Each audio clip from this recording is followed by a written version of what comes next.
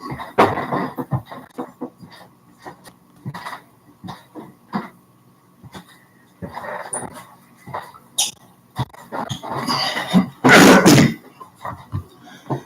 to the Troubled Waters podcast show. I'm your host, Shock.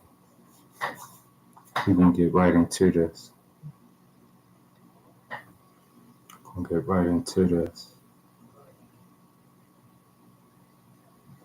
Yeah, I'm your host, Shocky. Welcome to the Troubled Waters podcast show. And like every show, I like a good school of fish, so we're gonna do a quick recap. No jurisdiction in the Dixie, and then we're gonna get right to it, man. Like I told y'all, it's in the water, man. It's in the water. Y'all gotta get them videos, cause I'm telling you, you ain't gonna get this nowhere else. They already starting to take the videos down and all that already. Yeah. Y'all got to be on subscribe to get this information. I ain't even gonna hold you. Get this stuff queued up so we can get right into it though. But like I told y'all, we got a quick recap to do. And then we're gonna get into it. Yes, sir. And we're gonna get right into it. Try to get y'all some content up there. Yeah, they already appealing me and all that like that there, yeah. Dang, I don't want this to get out. They do not want this out shit, man. Because they ain't gonna give it to you. They ain't give it to me. No, they ain't gonna give it to you. Let's see. Let's stop up here. See something wrong.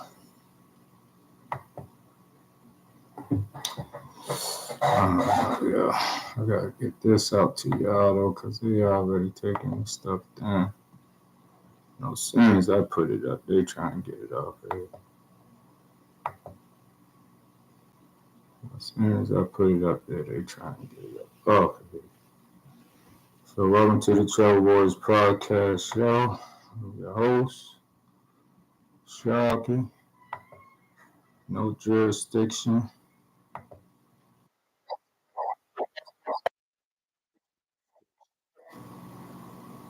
No jurisdiction, man. Not in the Dixie. Man. Games they out here playing is ridiculous, man. And I tell y'all, the games they playing is ridiculous. This ain't even playing in your face no more. This ain't even that no more. I ain't even hold. But we gonna get right into it.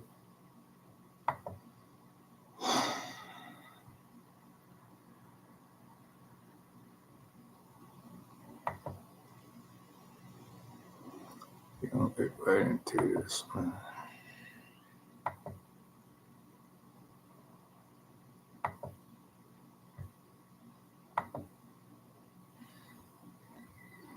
Let's get into the show, y'all.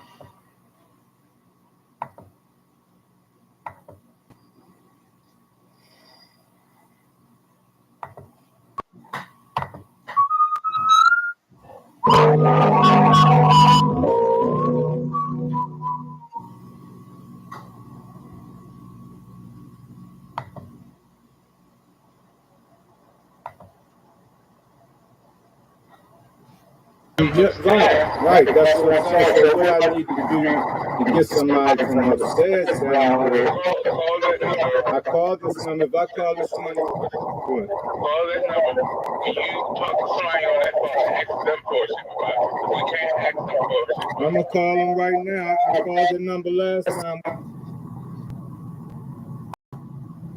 Yep. That's what you gonna get. You go up there, you try to get some justice. Call the number. Man, I called the number the last time. Call the number. So like I said, let's do this quick recap. Real quick. With no jurisdiction in the Dixie look like. trying to tell you they're gonna take this stuff down as soon as I put it up to. I'm gonna get right into it though. I'm still gonna give it to you. Still gonna give it to you. Give it to you. Let's take a look. Look at this real quick.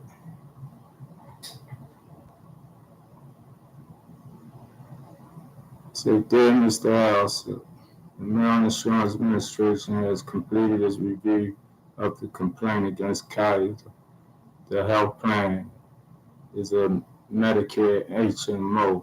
That means it's part of federal Medicare program, even though it is used as a private HMO.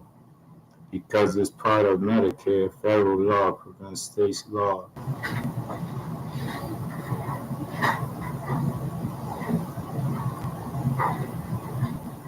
I told y'all, man. Told y'all, man. You don't want me to give y'all this game, man. Alright, but in any event, they said they ain't got jurisdiction, so I'm not telling y'all about that. The Dixie. Look where this paperwork at. Philadelphia Regional Office. Philadelphia, right? Now, it would behoove me. Maryland Insurance Administration will have any type of offices up there. Pennsylvania. If anybody could come up with a good idea, other than the Dixie, let me know. Alright. So they say they ain't got jurisdiction. Tell you about the Dixie. You live in the Fourth Circuit, you better know the law, man. I ain't even gonna hold you. Don't mean you're gonna get none. Don't mean that. Don't mean you're gonna get none. But you better know it. Better know it. Alright, so this the Pennsylvania demonstration right here. You just seen the Pennsylvania demonstration on the mountain. This Pennsylvania Insurance Administration. Alright, so the Pennsylvania Administration said complaints, questions regarding workers' compensation claims are outside the jurisdiction of the Pennsylvania Insurance Department. So you got down there in the Dixie, you got the state of Maryland saying they don't got jurisdiction, and you got the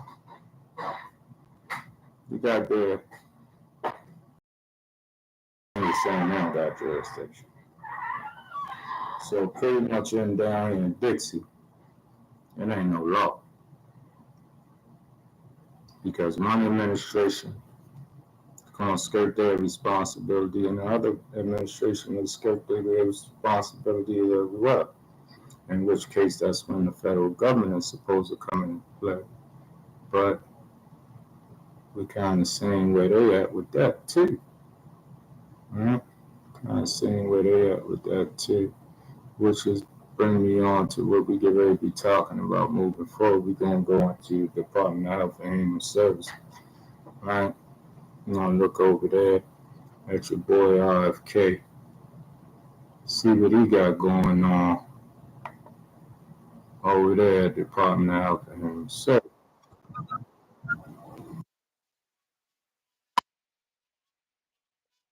Alright, see what old JRK got going on.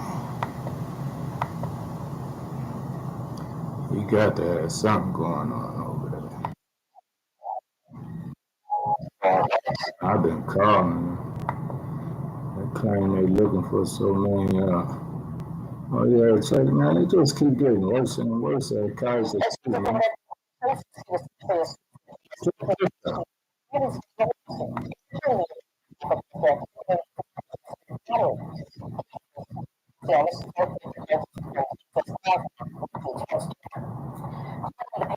He is upset because he complained 3 times to Kaiser Permanente, but never got any answers about the investigation. So he decided to file this 12-page lawsuit. Was sexually assaulted in a Mohs surgery chair. Michael Timothy Bean alleges that assault happened when he'd gone to have a melanoma procedure at a Kaiser hospital in San Rafael in February 2024. He says he was running late. I was greeted by the medical assistant. He was kind of ornery. Bean says the assistant seated him in a surgical chair. The surgeon was on one side of me, on my left, and this person was on the right side of me.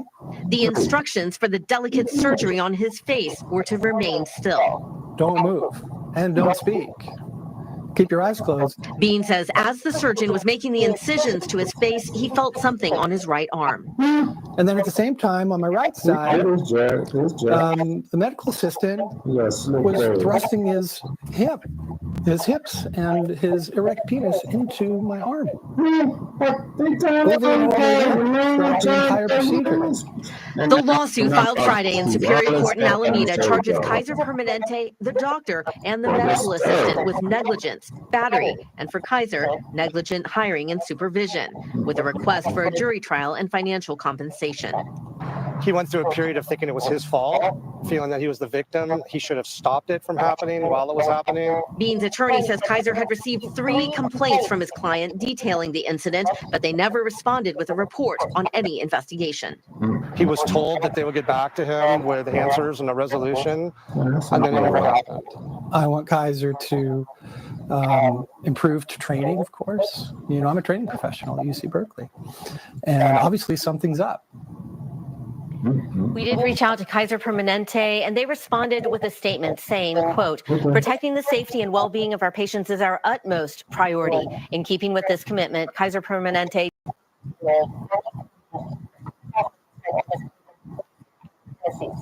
I'm surprised, to be quite honest with y'all, man. I'm surprised that they, man, we got that going on over there, man. He got slick legs. So the man was working on his face like that there. And, put it in his arm, he said. Told him, don't move.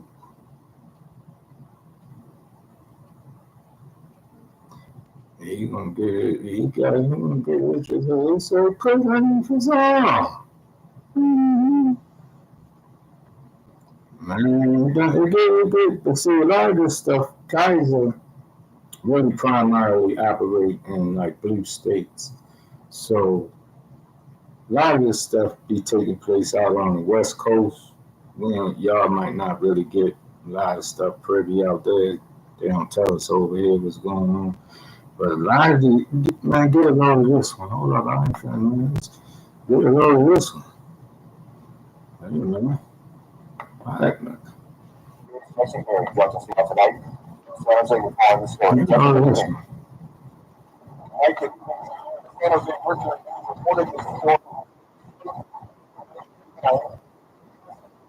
Permanente confirmed to us late today that 2 of its researchers suspended following an investigation by its Institutional Review Board. This is all centered over 1 research study.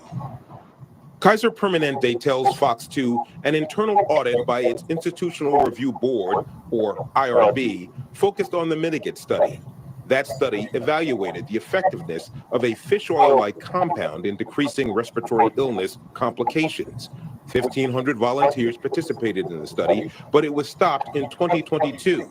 This, after the healthcare company says in an email, we learned of complaints regarding the consent process, including the inappropriate enrollment of participants who should have been excluded from the study.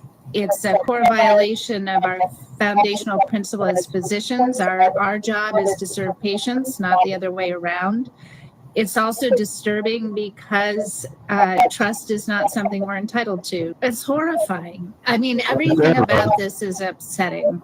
Medical experts and ethicists say this type of breach is rare and reawakens echoes of the infamous experiment. From 1932 to 1970, the U.S. Public Health Service and CDC studied black men who had already been infected with syphilis so researchers could study the effects. The subjects weren't told the nature of the research, and even after a treatment was developed, they were not treated. Over 100 died.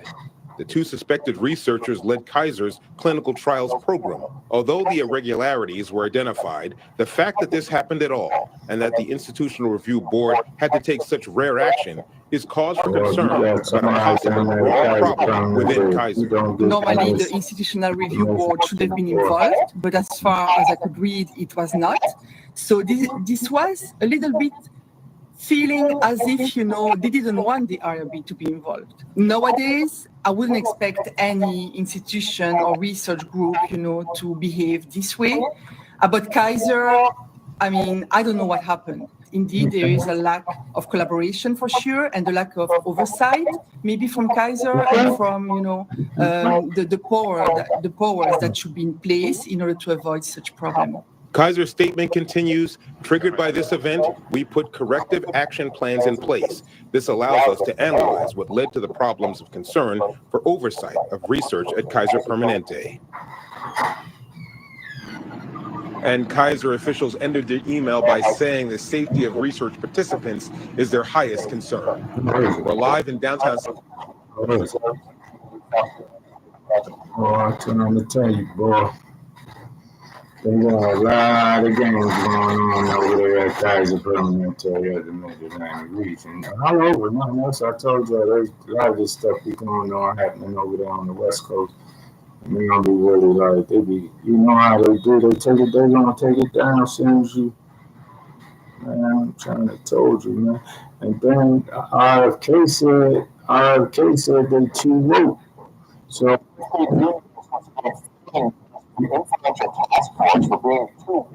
heard what the blonde boy had to put his arm like that. He said that too woke over there. Why some are sounding the alarm. Here's ABC's senior White House correspondent, Selena Wang. Tonight, Health Secretary Robert F. Kennedy Jr. is planning to fire every member of an influential task force that decides what health services, including cancer screening and HIV prevention, must be covered by insurance at no cost to patients, a source tells ABC News. Kennedy, the source says, plans to oust all 16 members for being too woke. Created in 1984, the task force is a scientifically independent, volunteer panel of national experts that determines what screenings, counseling, and preventive treatments insurers must cover. More than 100 million Americans may lose critical preventative services. Ultimately, this is going to create a lot of confusion and erode trust in our systems to be able to provide the care that patients need. A spokesperson for Health and Human Services says no final decision has been made. Last month, the Supreme Court upheld the constitutionality of the task force, but ruled the health secretary has the power to remove its members at any time. Soon after, the panel's July meeting was abruptly canceled, alarming some Democrats and public health leaders. The task force has come under fire from some conservative activists. A recent essay in the American Conservative calling for it to be dismantled, accusing it of promoting left-wing ideological orthodoxy, including urging doctors to take into account systemic racism. We're going to use evidence-based science, gold standard science. This comes after Kennedy, a longtime vaccine skeptic, removed every member of the Centers for Disease Control's Immunization Advisory Committee. The new panel, handpicked by Kennedy, is now made up of just 7 members, including some vaccine skeptics. And when outside groups are trying to fill the gap and provide science-based recommendations, but experts say this creates confusion about which group to listen to, warning that ultimately these changes will negatively impact patients. Whit? Selena Wang, thank you. He said they was too woke over there. I mean, shit. You probably could argue that because some old boy, they did that thing to him over there at Kaiser.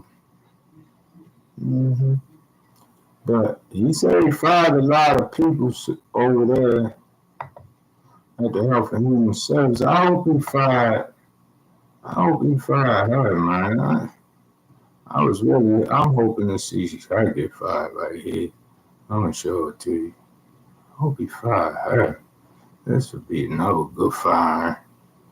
Because everybody up there got money. Everybody up there know me, man.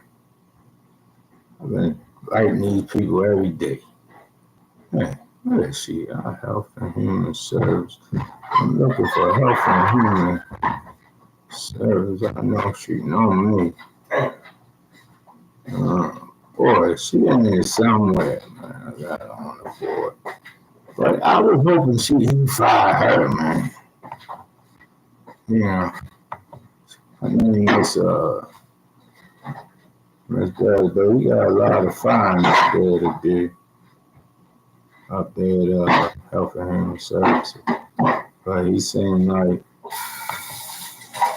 you know, they got a lot of work to do. Ain't nobody doing nothing. Check this one out. What they gonna get to me? Of the Department of Justice. Today marks a decisive moment in our fight to protect American taxpayers from fraudsters and to defend the integrity of America's healthcare system. We are announcing today charges against 324 defendants for their alleged participation in healthcare fraud schemes involving approximately $14.6 billion in false claims submitted to Medicare, Medicaid, and other healthcare programs. In a takedown this large, I can't possibly describe all of the work that went into dismantling each scheme, but there are 4 key points that bear emphasizing. First, let me be clear about what these healthcare fraud schemes mean for every hardworking American family. These criminals didn't just steal someone else's money. They stole from you. Every fraudulent claim, every fake billing, every kickback scheme represents money taken directly from the pockets of American taxpayers who fund these essential programs through their hard work and sacrifice. And when criminals defraud these programs, they're not just committing theft. They're driving up our national deficit and threatening the long-term viability of healthcare for seniors, disabled Americans, and our most vulnerable citizens. This enforcement action involves the seizure of cash, as well as luxury vehicles and property, returning real money to American taxpayers and to our government healthcare programs. Second, we are seeing a disturbing trend of transnational criminal organizations engaging in increasingly sophisticated and complex criminal schemes that defraud the American healthcare system. As part of this takedown, we've identified and charged defendants operating from Russia, Eastern Europe, Pakistan, and other foreign countries. These individuals have infiltrated our healthcare system to steal American taxpayer dollars. As just one example, we dismantled a scheme involving a sophisticated operation run from Russia and Eastern Europe that strategically bought dozens of medical supply companies in the United States and submitted more than $10 billion in fraudulent healthcare claims to Medicare. To make matters worse, these perpetrators used the stolen identities of more than 1 million Americans spanning all 50 states to perpetrate this scheme and submit these false claims.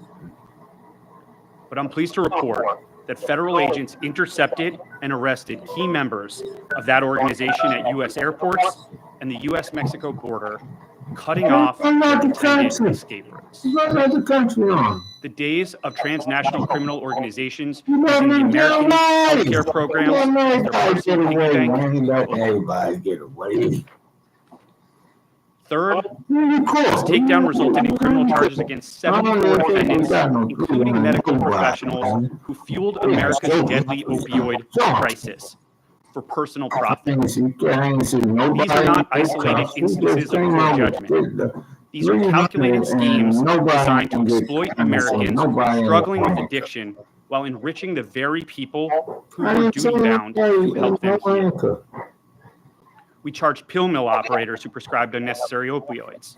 We dismantled networks of corrupt pharmacies that existed solely to distribute drugs to addicts and dealers, feeding the addiction crisis that has devastated so many American communities. This is not healthcare. It is a staggering breach of trust. And under my leadership, the criminal division will prosecute these criminals as aggressively as we would because that's exactly what they are. Fourth, many of the defendants charged as part of this takedown specifically targeted our most vulnerable citizens, elderly Americans in nursing homes, individuals with disabilities, those battling serious illnesses, and more. For example, our prosecutors charged 7 defendants, including 5 medical professionals, in connection with approximately $1 billion in fraudulent claims to Medicare and other healthcare benefit programs for performing medically unnecessary skin grafts on dying patients as they were seeking to spend their final days with dignity and peace. That's all I'm trying to do. That conduct is exactly as callous and disturbing as it sounds. Patients and their families trusted these providers with their lives. So did I. Instead of receiving care, they became victims of elaborate criminal schemes. Today's takedown marks a historic day. In addition to the tireless work of our fraud section's healthcare fraud unit, this extraordinary effort would not have been possible without the law enforcement agencies with me here today. Health and Human Services, Centers for Medicare and Medicaid Services, the Federal Bureau of Investigation, and the Drug Enforcement. I got the information. What you got to do? Spend all that money. Countless partners across the federal, state, and local law enforcement community. Man, I ain't seen nobody on no cuts, man. I'm trying to tell you. Thank you to all who made today possible. Now, despite these historic achievements, we aren't resting on our making advancements to stay ahead of the criminals. Nobody got no cuts on. It's historic. That is why today I'm also announcing that we are working with our partners at FBI, HHS OIG, and other federal agencies to create a healthcare data fusion center to revolutionize how we detect, investigate, and prosecute healthcare fraud. No, revolutionize. These efforts will be led by the criminal division, specifically the fraud section's healthcare fraud unit, and comprised of data specialists from the unit's data analytics team. The Fusion Center will break down information silos using coordinated data analysis to enable our investigative teams to quickly identify and dismantle emerging fraud schemes, preventing money from going out the door. I'm like sure, man. Today's enforcement action represents the largest healthcare fraud takedown in American history. But it's not the end. It's the beginning of a new era of aggressive prosecution and data-driven prevention. Thank you. I'll now turn it over to Acting Inspector General Juliet T. Hodgkins, Department of Health and Human Services, Office of the Inspector. Probably gonna tell you eat some celery or something crazy.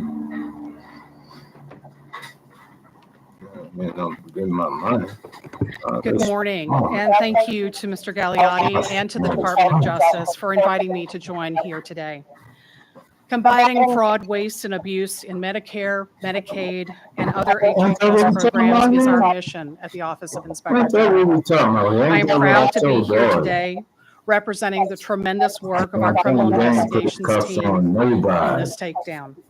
This unprecedented healthcare fraud takedown is more than twice as large as any past one, having stopped national and global fraud schemes alleged to have resulted in over $14 billion in intended losses. The results announced today were only possible, though, through a strong partnership of federal and state agencies. By working shoulder to shoulder, we harness the best information, tools, and expertise to find criminals, no matter where they hide, and no matter how they try to disguise their crimes. I would especially like to thank DOJ, CMS, FBI, DEA, and our other federal partners that are here today. I would also like to acknowledge the state Medicaid fraud control units, as well as the strong public-private partnership between government and private insurers to combat health fraud. Simply put, criminals go where the money is. Through information sharing, government and the private sector help each other to more efficiently stop fraud. And under our watch, Criminals will not be allowed to enrich themselves with dollars meant to improve the health of Americans. Really? One massive fraud scheme that was charged as a part of today's takedown involved multiple durable medical equipment companies that billed Medicare over $10 billion for equipment that patients did not need or that they never received. Is that right? The good news for the American people is that the alleged criminals in this scheme never got their hands on most of that Medicare and Medicaid money that they tried to steal. Instead, the government coordinated to use our collective tools and authorities to protect taxpayer dollars. So they can go to jail. This takedown also demonstrates, though, our commitment to shield Americans from harm. The actions taken by our partnership stopped individuals and entities that were alleged to have used stolen medical identities from over 1 million patients to submit false claims. They preyed on patients who needed addiction services, billing for treatment that was never received. They illegally diverted prescription opioids, millions of pills that continue to fuel the devastating opioid epidemic. But as fraud schemes span borders and jurisdictions, OIG and our partners respond quickly and effectively. And as fraud schemes increasingly exploit technology, we use cutting-edge investigative methods to detect fraud, prevent losses, and protect patients. Before I close today, I must take a moment to applaud the exceptional work of the dedicated OIG professionals that participated in this takedown. Every day, these outstanding law enforcement professionals do the dangerous work of holding criminals accountable. Thank you for your service to the American people. Thank you so much, and I will turn the microphone over now to Dr. Mehmet Oz, the CMS. I just showed y'all I ain't doing that. All this is performance. Let me put on my clinician's hat first. This is my culture, my story. I'm a heart surgeon. And when I hear about this fraud, I think about patients who have trusted us, people who are at their most vulnerable time looking for the protection of our services. And too often these criminal entities have tried to pierce that trust. When you walk into the Health and Human Services building not far from here, there's a quote from Hubert Humphrey, whom the building is named, and it says, "It is the moral obligation of government," that's what we're doing here today, "it's the moral obligation of government to protect those who are at the dawn of their life, our children, those at the twilight of their life, our seniors, and those living in the shadows, folks who are having trouble like the substance use disorder mentioned a second ago by Juliet." I want to applaud all the agencies that collaborated today, because when President Trump signed the executive order on fraud, waste, and abuse, a pledge to crush this reality, this is exactly what he had in mind. At Health and Human Services, under leadership of Secretary Kennedy, we have strived to break down barriers and silos in every way possible. What you're witnessing on stage today is exactly that. The American government at its best, making sure all of us work together for the same common purpose. In this case, especially expressing and protect those who are our most vulnerable. Because all great societies are judged by how they take care of those who are vulnerable. We are great people. We will do that. So to the OIG, the DOJ, who's hosting us, the FBI, DEA, and other agencies that were engaged. And let me ask Kim stand in the back. Kim Grant runs, Chief Operating Officer and Deputy Administrator at CMS. She runs the fraud unit. And I will speak about some of the work she and her team have been doing in my comments. It is, and you'll hear this said by all of us, and we should, the largest Department of Justice healthcare fraud takedown in history. The fact that it's even possible that you could have $15 billion to play in this endeavor is itself shameful. But that's how we're being attacked now. And it's not done by small-time operators. As you're hearing about and you will read about, these are organized syndicates who are designing to hurt America. And why do they hurt our healthcare system? Well, CMS is probably the largest target of all, responsible for about $1.7 trillion of disbursements. So it's a big target on our side. And they can pierce the veil of protection by just getting identifier numbers from our seniors or Medicaid recipients or others, and thus use those tools, use you, the American people, to hurt us.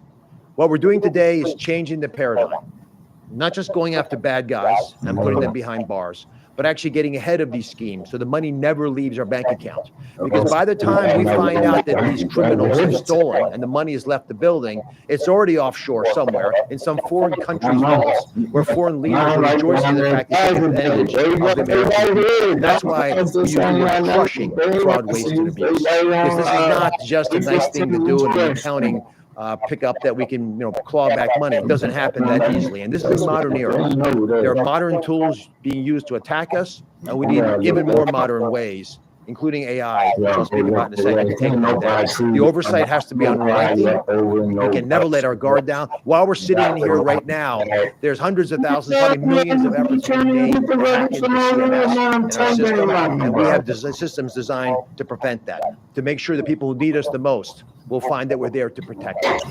The CMS fraud war room that I want to announce that Kim is going to lead is an effort as an example of this. It's prevented most of the fraudulent efforts to take money out of our agency. So most of the money never left the door. So most of the money was never stolen, even though we know you were trying to do it. When I speak to you, when the president signed that executive order, he put a bunch of sheriffs, new sheriffs in town. That's what you're looking at on stage today, and many others like us who are not going to tolerate this anymore. We're stopping stolen taxpayer money from leaving the door, stopping it in its tracks. Just when I was leaving the room today, the offices today, I was hearing about over $100 million that we've stopped from leaving the agency just in the past few weeks. There are 27 providers that are under active prepayment review, which means we're not going to pay their money until we verify that they're actually doing their jobs correctly. There's examples from telemed schemes in Florida with clinics billing for activities that they're not really, we don't believe, providing. There's a cardiology provider, and please help me understand this, who's providing cardiology services in person in Georgia and Nevada at the same time on the same day. Oh, man, unless teleporting is being made feasible, not possible, but it happens. The audacity to think you could get away with this highlights the fact that folks believe they could have taken advantage of the agency in the past. We're going to make sure it doesn't happen again. There are mental health clinics, listen carefully, mental health clinics providing skin substitute placement on their patients. Again, you're dealing with ulcers in a mental health clinic. These services are provided by an anesthesiologist. Improbable. Money's not leaving the building. You're going to have to prove to me that there's a clinical benefit of a psychiatrist telling an anesthesiologist to put a surgical graft on a patient. It's not going to happen. We need your help. That's my big plea. We need your help, the American people. Why? Over half of the whistleblower tips that we get are for healthcare fraud, and over half of the fraud against our government is in healthcare. So we need your help, both to protect your own important information. Don't give it away because con artists come to your door and try to get it, but give us tips. You're going to hear all of us share opportunities that we have, but it only happens in healthcare because we know we have allies, the American people. We provide care to 68 million Medicare beneficiaries. 80 million Americans are on Medicaid or CHIP. There's another 20 million on the exchanges. There are a lot of people that will come to help us. So write this down, 1-800-HHS-TIPS. 1-800-HHS-TIPS. We have a URL, obviously, if you go to our website as well. And I'll leave you with one last thought. In addition to the massive fraud, especially from foreign entities trying to invade America using their financial tools and criminal assets, we also have 25% of all of our money being spent, probably subject to abuse. And that's not fraud. This is abuse and waste. Money not being used wisely. We just launched a new model called Wiser with the Centers for Medicare and Medicaid Innovation under Abe Sutton that is looking at ways for us to identify inappropriate use of services that are wasteful and should not be offered to the American people because they could hurt them. And they're certainly not providing value for these wonderful Americans whose health is being taken advantage of to generate higher savings. Higher revenue, rather, for providers. We're not going to tolerate it anymore. We're going to use data analytics, real-time monitoring, and unhesitating, unwavering pursuit of the law to make sure this happens. I want to thank my colleagues on the stage and their agencies for all the wonderful work you have done. God bless you. Bravo, man. He said he's going to do with one last thought, man. So am I, man. I think it's only fitting that I do the same. I'm going to leave y'all with one last thought to you. Sure. It's only fitting that I do the same. What was that? Yeah, right. That's what I'm saying. So what I need to do to get somebody from upstairs down here. Call that number. I called this number. If I call this number, go ahead. Call that number. When you talk to somebody on that phone, ask them for a supervisor. Because we can't ask them for a supervisor. I'm gonna call them right now. I called the number last time. Yeah, right. That's what I'm saying. So what I need to do to get somebody from upstairs down here. Call that number. I called this number. If I call this number, go ahead. Call that number. When you talk to somebody on that phone, ask them for a supervisor. We can't ask them for a supervisor. I'm gonna call them right now. I called the number last time. Yeah, right. That's what I'm saying. So what I need.